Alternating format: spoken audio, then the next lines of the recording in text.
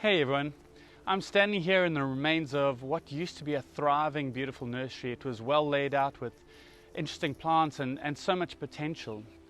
We have a real problem in the green industry at the moment, and I think it mirrors so much of what's happening in society in general, where there's this lack of depth everywhere.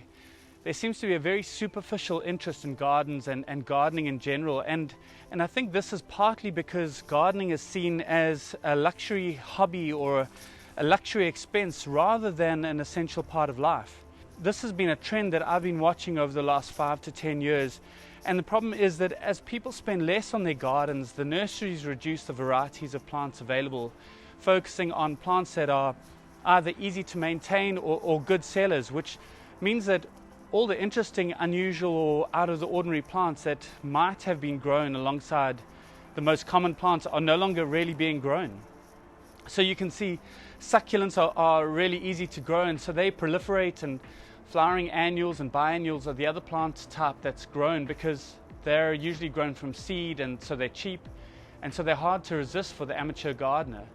And it's a chicken and egg situation where what often drives people spending or the seasonal trends is that gardeners will often plant the interesting plants that they see being grown in other gardens. And when someone is looking for something a little different, they can't find it at any of the nurseries, so they end up planting all the usual suspects.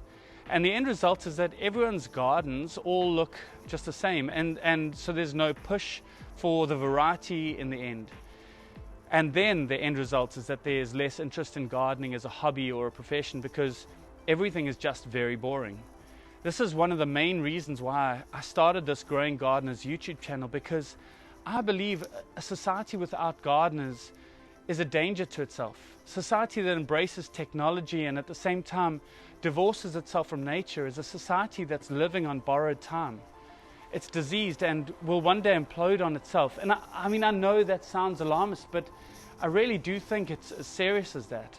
When children grow up with nature all around them, or at least the opportunity to visit beautiful gardens, not only are they physically healthier, as so many studies have shown, but they have an appreciation for and a connection with the natural world around them. Children growing up in our instant gratification society without an experience of seeing seeds planted in the ground and the patience required to watch them grow as you nurture them, or even the connection to consequences as you neglect a living organism and seeing it die as a result of your inattention, is so much more far-reaching than we realize.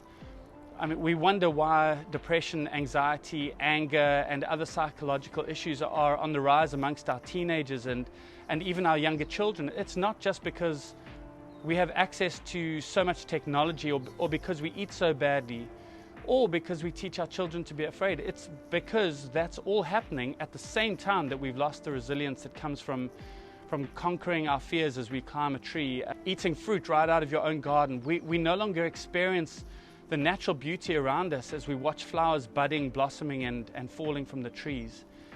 C.S. Lewis wrote a book called The Great Divorce, which is about the consequences of separating ourselves from God. But now we've taken it a step further as we've begun to divorce ourselves from nature and consequently from reality itself. How can we not think that there will be negative consequences to this? Okay, that went pretty dark pretty quickly when I was really just looking at the decline of the nursery industry, but I hope you feel my concern around the decline of gardening and start thinking about how you can foster a love for gardening in yourself, maybe in your children or the people around you. There's just so much to love and experience and learn and appreciate about gardening and gardens. So, in the meantime, happy gardening.